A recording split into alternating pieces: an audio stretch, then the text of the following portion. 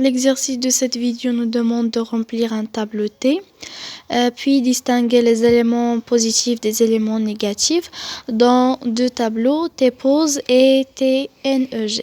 Ça veut dire qu'on aura dans un premier temps un tableau T qui est vide et qu'on doit remplir comme première tâche avec des éléments.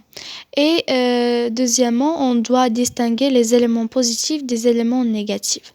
Ça veut dire qu'on va prendre les nombres qui sont positifs et on va les mettre dans un tableau T pose, alors que les nombres négatifs, on doit les mettre dans un autre tableau appelé TNEG. Donc la première chose à faire, c'est la déclaration des tableaux. On a 3 tableaux. Le T,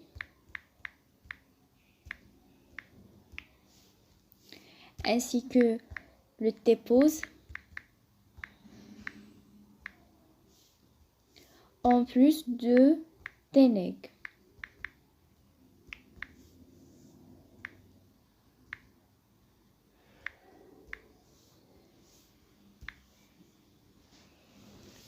Après, on va demander à l'utilisateur de saisir la dimension de T afin de le remplir.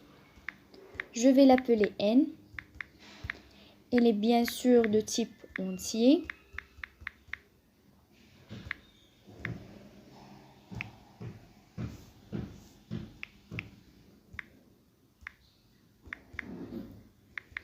Je vais lui demander de saisir la dimension de T.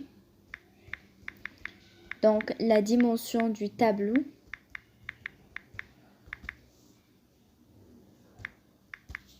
Ensuite, on va faire une boucle for pour remplir ce tableau. Avant, je vais lui afficher ce petit message, c'est-à-dire qu'on va remplir ce tableau. Donc, je vais lui dire veuillez remplir le tableau.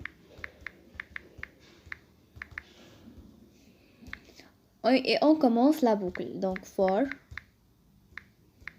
i in range n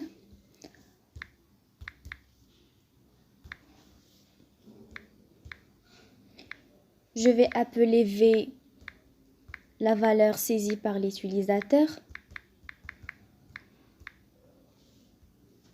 Et comme ça, à chaque fois que i prenne une valeur, bien sûr, allant de 0 jusqu'à la dimension du tableau, l'utilisateur va saisir une valeur. Après, cette valeur, je vais l'ajouter à t. Donc, je vais faire t plus égale v. Comme ça, on remplit le tableau. Ensuite, il nous reste une partie du traitement des valeurs de t. Pour cela, on va parcourir d'abord le t et on va faire la distinction des cas. C'est-à-dire, for i in range,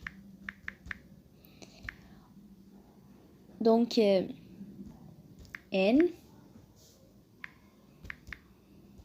on utilise la condition if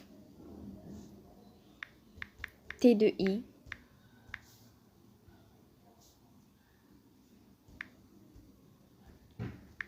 inférieur à 0. Dans ce cas, je vais appeler le t positif et je vais lui ajouter la valeur. Plutôt c'est t négatif parce qu'on a inférieur à 0.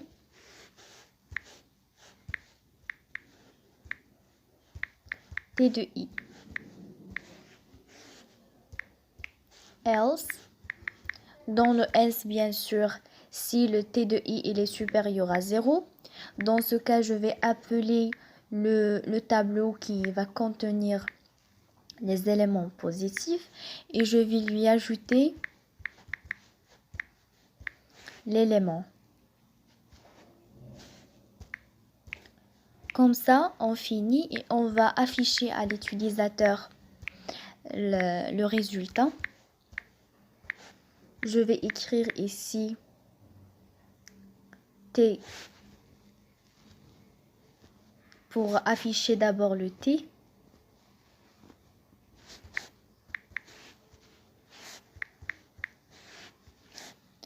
Ensuite, je vais afficher le tableau qui contient les éléments positifs. T pose.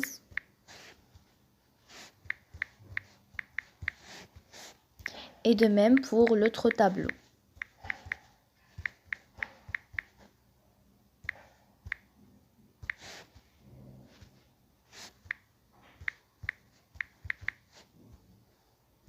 Donc, on va tester et on va voir. Saisir la dimension du tableau. On va choisir quelque chose qui est un peu simple. Donc, 5 éléments, c'est suffisant. Veuillez remplir le tableau. Alors, je commence 10, 8. Après, je vais saisir des éléments négatifs. Moins 4, moins 3 et moins 12. Donc, vous voyez, on nous affiche les éléments du tableau T. C'est le tableau initial qui contient tous les éléments que j'ai saisis. Après, on nous affiche le tableau qui contient les éléments positifs et le tableau qui contient les éléments négatifs.